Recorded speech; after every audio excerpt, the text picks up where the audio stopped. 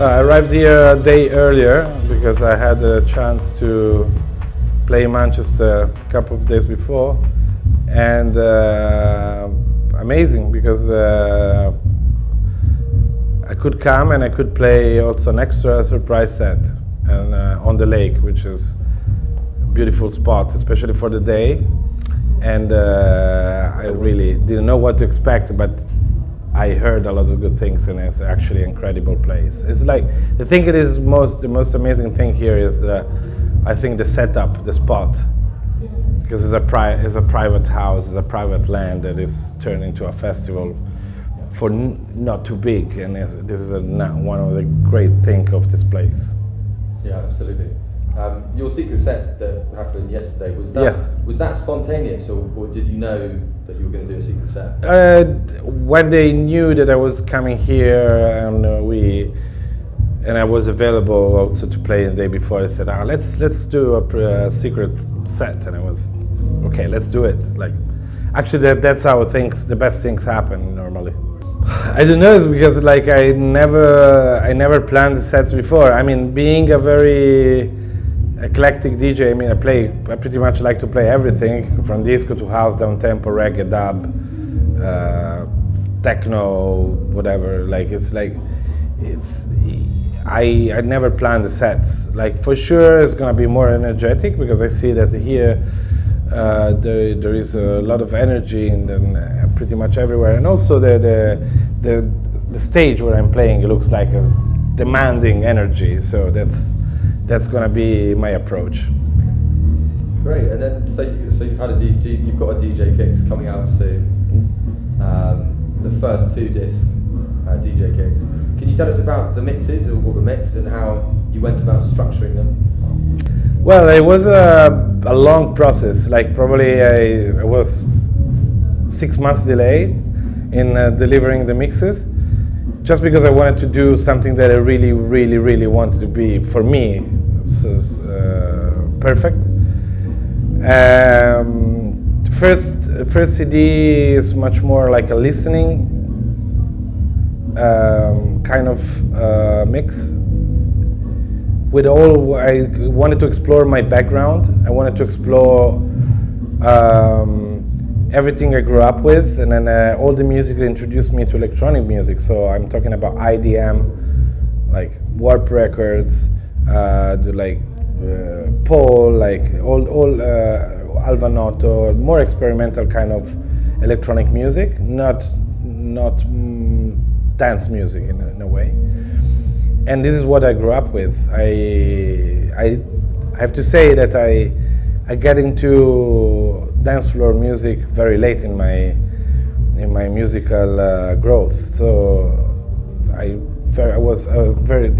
this kind of music, it means really a lot for me. It's actually the music that introduced me to dance music later in the beginning of 2000.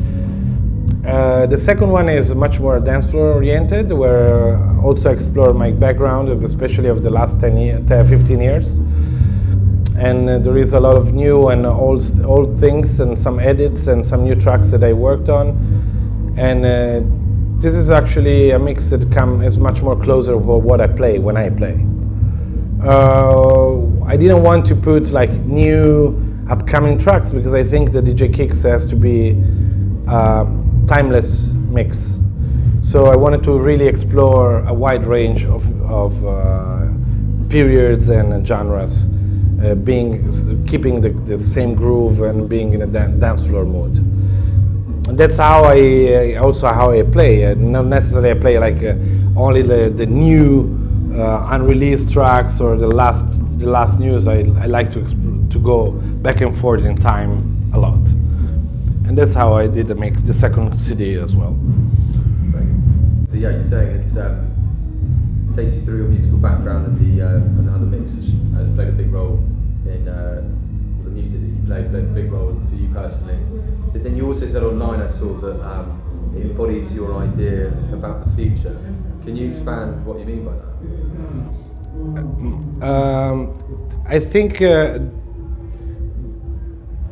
the idea about the future is much more about not what comes next, what is the next big thing, The idea about future is about what the people is how the people is gonna evolve their taste and their perception of music. People is nowadays, and this festival is actually a demonstration, is open to listen to a lot of different things rather than just listen to a only techno set or only deep house set or only disco set. The people is much more open in listening a lot of different things, and all the tracks that are in the DJ Kicks, in a way, they are very contaminated. They are not like a specific genre. They come from minds that are have a very unique taste. I mean, how can you define a Daphne track? Is it a house track? Is it a techno track?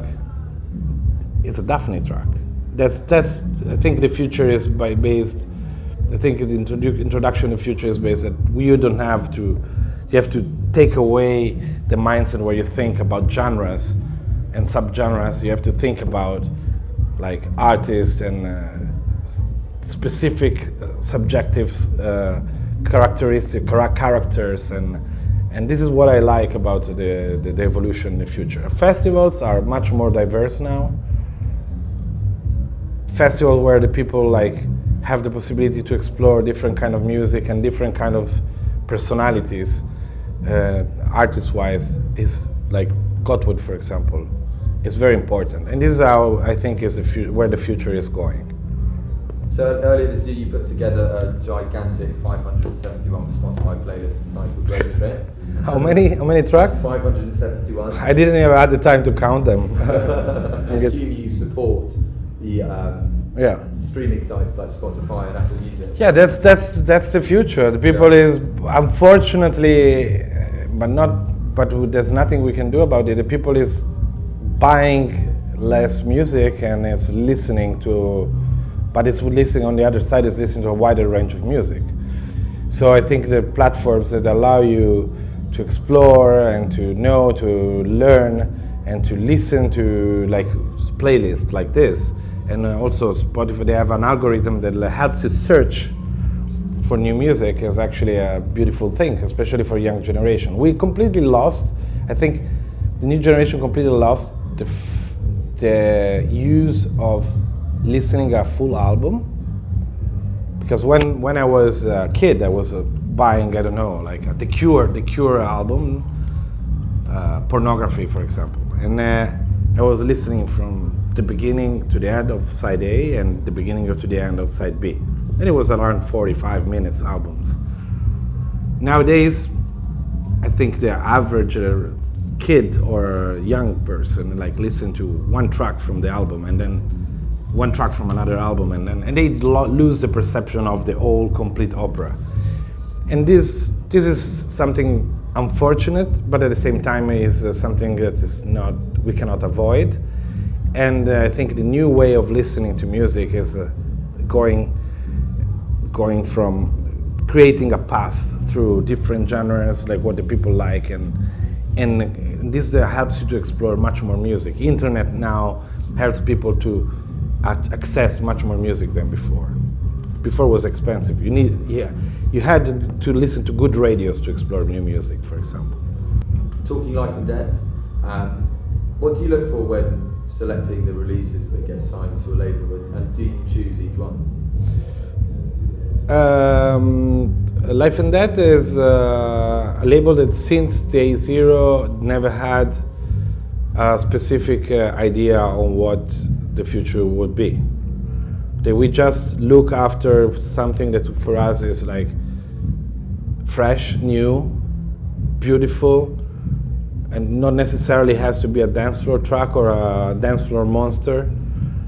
I think in 2017, Life and Death is back to be on that path. So what I choose is just to listen to very personal, very particular music and very fresh music, and especially artists that are also good performers. This is a very important thing. It's important to DJs, performers, also live, not necessarily DJs. One of the future records is by The Dust, is Berlin duo. They have an amazing live set. Marvin and Guy, they're two DJs, especially they are very experienced in the Italo disco kind of background, but they're performing amazing techno sets. And in the future, there are a lot of surprises. There's not a specific idea behind the choice of the music for Life and Death. The idea is just to be new, fresh, incredibly good talent behind, and very good performers. That's what Life and Death is about. So 3 releases you would take to a desert island. 3 records. Only 3. 3.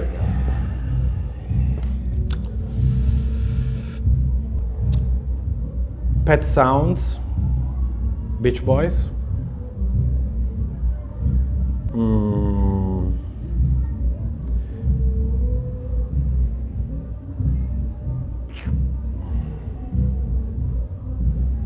Selected Ambient Works, Aphex Twin. And Repeater by Fugazi, which is a post-punk band from DC, Washington DC, especially active in the 90s, which is one of my favorite bands ever. If you want to talk about electronic music, of course, Aphex Twin still. I would say probably Kraftwerk and Which release? huh? Which release by then? I mean, any art is amazing, like, but and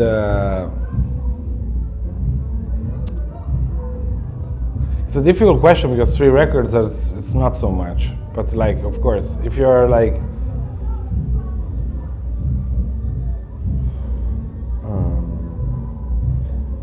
probably I would choose a Bob Marley record as well. Like the worst thing about touring is, of course, about like being a touring DJ is the travel, of course, and to get through the best thing is to kill time when you travel, and to not get too tired. So most of the time I cannot sleep when I travel unless I have a very long flight, and then I can sleep because I have time to sleep. But one of the things that helps me kill time is I play video games, especially Zelda and especially Zelda and Mario Kart. If I can mention them, otherwise I can say like I work on music with my laptop and my headphones a lot. Making music? Yeah, I make music a lot, like just ideas, but not complete the tracks. But I start a lot of ideas. Also because touring gives you the possibility to get inspired very well. So sometimes like I hop on a plane, I have 2 hours flight, and I just play around with the ideas or the inspiration that I collected during, I don't know, an event, a festival, or meeting another artist. And these are the 2 main things that help me to go through, to help me flying. I fly with a pillow, my own pillow. So if I have the chance, I try to sleep. Life and Death has a lot of new things coming up, new artists. I can mention Margot, that just released also on Even Disc, sorry, John Talabot's label. Oh yeah. And Red Axis. Yeah. They are also playing Gottwood, and these are the 2 that I can mention. Incredible new music from these guys, but also incredible music from guys that nobody heard about. That's new talents on the label. Regarding myself, I will be touring a lot this summer. Also the DJ Kicks. After the DJ Kicks release, I will have a specific tour, like DJ Kicks dates, like where I'm gonna play as long as possible, all night long sometimes, and solo, because this is something that I really like. I like to play long sets. And after this, I'm planning to release a record with the singer from Rapture, Luke Jenner, on a project called Lucky Blue Eyes. It's gonna be alive. So that's, I don't know, I'm not sure if we are able to release before the end of the year, but it's definitely one of our goals.